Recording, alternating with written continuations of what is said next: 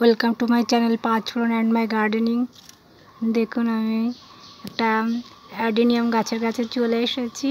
Adenium গাছটি দেখুন কি সুন্দর গাছে ফুল হয়েছে।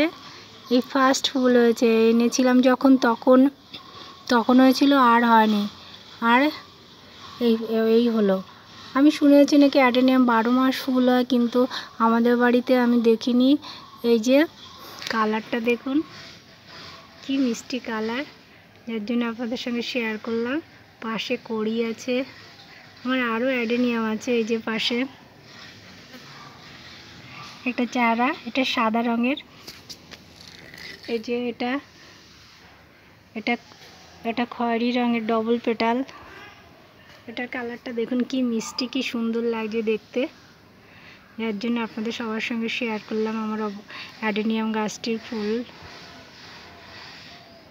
আরও আমার অনেক গাছ আছে।